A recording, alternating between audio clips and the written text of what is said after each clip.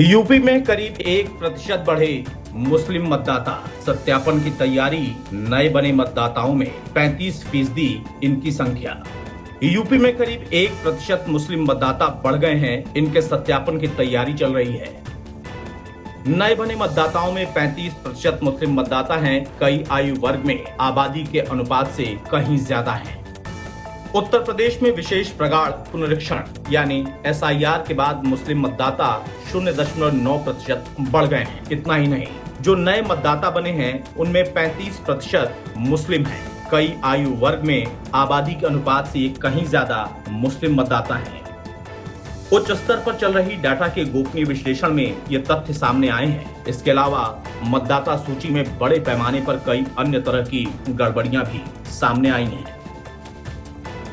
वर्ष 2011 की जनगणना के अनुसार उत्तर प्रदेश में कुल अल्पसंख्यक आबादी लगभग 20.3% है। इसमें सबसे बड़ा हिस्सा 19.3% मुस्लिम समुदाय का है। इसके अलावा सिख, ईसाई, जैन, बौद्ध और पारसी समुदाय शामिल हैं।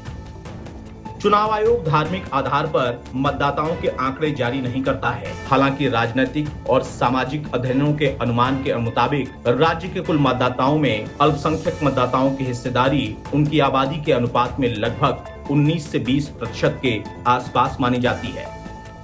आंकड़ों पर काम कर रहा है पक्ष और विपक्ष। उत्तर प्रदेश में SIR के बाद विधानसभा और लोकसभा क्षेत्रों के लिए अंतिम मतदाता सूची 10 अप्रैल 2026 को जारी की गई। तभी से सूची के आंकड़ों पर पक्ष और विपक्ष काम कर रहा है ताकि अपने पक्ष विपक्ष के समीकरणों को वो समझ सके।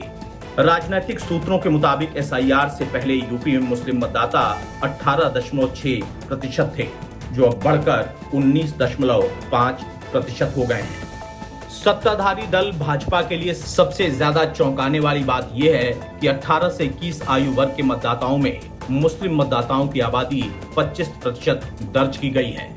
18 से 40 आयु वर्ग में मुस्लिम मतदाता 22% हैं। फॉर्म 6 भरकर नए मतदाता बनने में भी मुस्लिम युवाओं ने गजब का उत्साह दिखाया है। एक से ज्यादा वोटर ID कार्ड भी पकड़ में आए। विश्लेषण में बड़ी संख्या में ऐसे मतदाता भी मिले हैं जो कि यूपी के अलग अलग जिलों में रह रहे हैं और अपने अपने रिश्तों यानी माता पिता, दादा दादी, नाना नानी की मैचिंग को दूसरे राज्यों में रह रहे एक व्यक्ति की तरह से कराई गई है। एक ही परिवार के सदस्यों को 2 अलग अलग वोटर ID नंबर पर एक से ज्यादा वोटर ID कार्ड भी पकड़ में आए हैं। वरिष्ठ सूत्रों के मुताबिक डाटा के इस विश्लेषण के नतीजों का जल्द ही आधिकारिक रूप से सत्यापन होगा ताकि मतदाता सूची को दुरुस्त किया जा सके, दूध का दूध और पानी का पानी हो सके।